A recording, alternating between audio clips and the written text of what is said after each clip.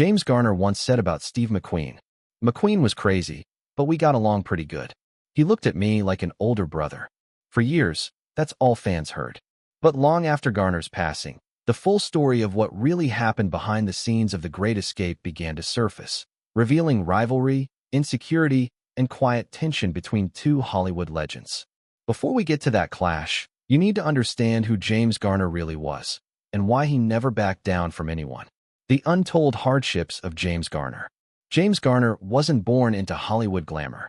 Born James Scott Bumgarner in 1928 in Oklahoma, his childhood was marked by tragedy and abuse.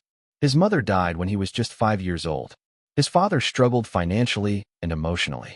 After remarrying, Garner endured harsh treatment from his stepmother, physical punishment, and humiliation that left deep scars. At just 14, Garner fought back during a violent confrontation.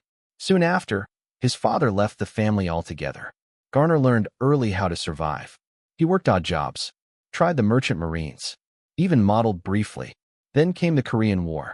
Drafted into the army, Garner was wounded twice, once by enemy fire and once by friendly fire. He earned 2 Purple Hearts, but rarely spoke about it. That quiet toughness would define him for the rest of his life. After the war, a chance meeting with talent agent Paul Gregory changed everything. Garner reluctantly tried acting, and Hollywood quickly noticed something different about him. He wasn't polished. He wasn't theatrical. He was real. Maverick, the rise, and the rebellion. In 1957, Garner became a household name as Brett Maverick, the charming, poker-playing anti-hero of the hit Western series Maverick. The show was a massive success, but behind the scenes, trouble was brewing. During the 1960 writers' strike, Warner Brothers suspended Garner without pay. He was earning just $1,250 a week despite being the face of the show. So Garner did something almost unheard of at the time. He sued the studio, and he won. It was a bold move that proved he wouldn't be treated like property. Even when Warner Brothers offered him a raise, Garner walked away. He refused to be controlled. That decision would shape the rest of his career, including his role in a film that would become a classic. The Great Escape, a classic and a clash.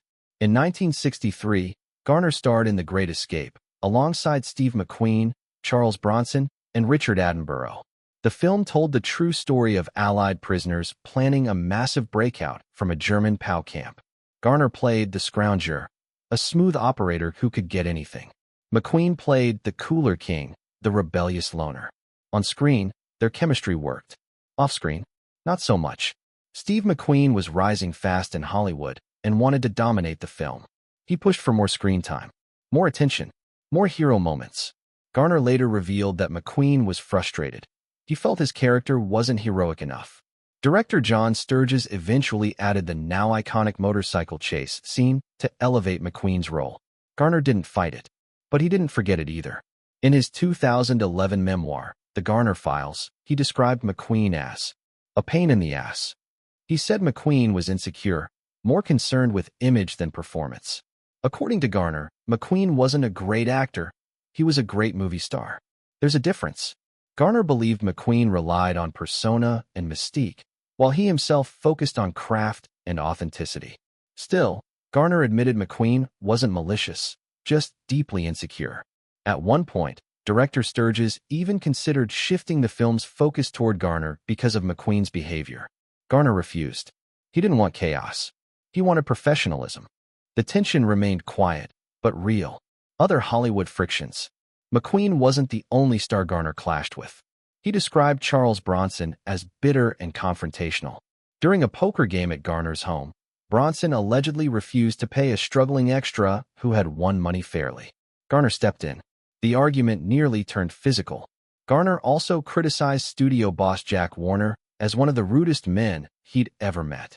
Unlike many actors who protected their image, Garner was blunt. He didn't pretend Hollywood was perfect. The Rockford Files, success at a cost.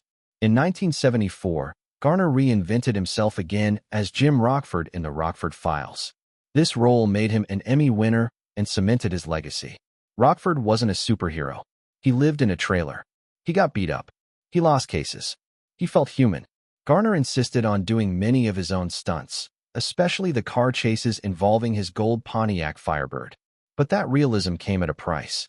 Years of physical action destroyed his knees and back. Multiple surgeries followed. Doctors eventually warned him to slow down. By 1980, the show ended, partly due to Garner's health and partly due to high production costs. Yet again, Garner fought the system, this time suing Universal over unpaid royalties. The legal battle lasted 8 years. He won. Hidden struggles behind the smile. Off-screen, Garner battled serious health issues. Heart surgery in 1988. Chronic pain. A stroke in 2008. Still, he kept working, even appearing in Space Cowboys alongside Clint Eastwood. He never complained publicly. Even during a real-life road rage attack in 1981 that left him with broken bones and a concussion, Garner showed the same grit he had in Korea decades earlier. Through it all, one thing remained steady: his marriage to Lois Clark, which lasted nearly 58 years. In an industry filled with scandal, Garner stayed grounded. Garner's final thoughts on McQueen. So what did Garner really think of Steve McQueen?